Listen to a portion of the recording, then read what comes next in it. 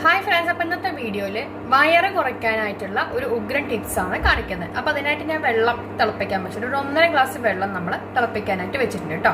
അതിലേക്ക് നമുക്ക് കണ്ടോ പട്ട ഒരു കഷ്ണം ഇട്ട് കൊടുക്കുക. അതിനുശേഷം ജീരകം, ചെറിയ ജീരകമാണ്, വലിയ ജീരകമല്ല, ചെറിയ ജീരകം. എന്നിട്ട് നമുക്ക് ഇത് തിളക്കുന്ന സമയത്താണ് ഞാൻ ഇട്ട് കൊടുത്തിരിക്കുന്നത്. അപ്പം തിളക്കുന്ന സമയത്താണ് നമ്മളിത് ഇട്ട് കൊടുക്കുന്നത്. നന്നായിട്ടൊന്ന് തിളക്കട്ടെ. എന്നിട്ട് ഒരു 10 മിനിറ്റ് തിളച്ച ശേഷം നമുക്ക് ഫ്ലെയിം ഓഫാക്കാം. നമുക്ക് വയറ് കുറയ്ക്കാനും അതുപോലെ തന്നെ വണ്ണം കുറയ്ക്കാനൊക്കെ ബെസ്റ്റാണ് ഡെയിലി ഇത് കുടിച്ചാൽ. ഇത് കുടിച്ചാൽ മാത്രം പോരാ, ഡെയിലി അരമണിക്കൂർ നടക്കണം. അത്ര മാത്രം ചെയ്താൽ മതി. അരമണിക്കൂർ നന്നായിട്ട് കൈയും കാലൊക്കെ വീശി നടക്കണം. ഡെയിലി ഇത് കുടിക്കുക. രാവിലെയോ വെറും വയറ്റിലോ അല്ലെങ്കിൽ വൈകുന്നേരമോ ഉച്ചക്കിലോ രാത്രി എങ്ങനെയാണെങ്കിലും കുഴപ്പമില്ല, കുടിക്കുക.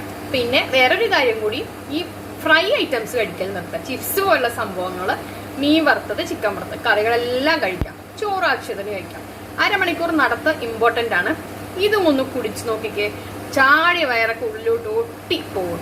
ചെയ്ത് നോക്കുക കേട്ടോ. അപ്പം ഇന്ന് ആയിട്ടുണ്ട്, ഫ്ലെയിം ഓഫ് ആക്കുകയാണേ. അപ്പം അത് നന്നായിട്ട് ഫുള്ളായിട്ട് തണുക്കാൻ അനുവദിക്കരുത്. ഒരു നേരിയ ഒരു ചൂടിൽ വേണം ഇത് കുടിക്കാനായിട്ട്. ഇതൊക്കെ അരിച്ചിട്ട് കുടിക്കാം.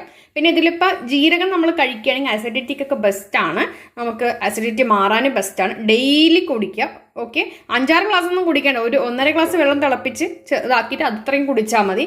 അരമണിക്കൂർ നടത്തം കുറയ്ക്കരുത്. അത് നന്നായിട്ട് കയ്യും കാലും വീശി തന്നെ നടക്കണം. പിന്നെ ചിക്കൻ ഫ്രൈ, ബീഫ് ഫ്രൈ, അതുപോലെ തന്നെ മീൻ വറുത്തത് അതൊന്നും കഴിക്കരുത്. ചിപ്സും ഇതൊക്കെ കറികളായിട്ട് നമുക്ക് അത്യാവശ്യം കഴിക്കാം കേട്ടോ. ചോറൊക്കെ അത്യാവശ്യം കഴിക്കാം. ഓക്കെ, അപ്പോൾ എന്നിട്ട് റിസൾട്ട് അറിയിക്കാം.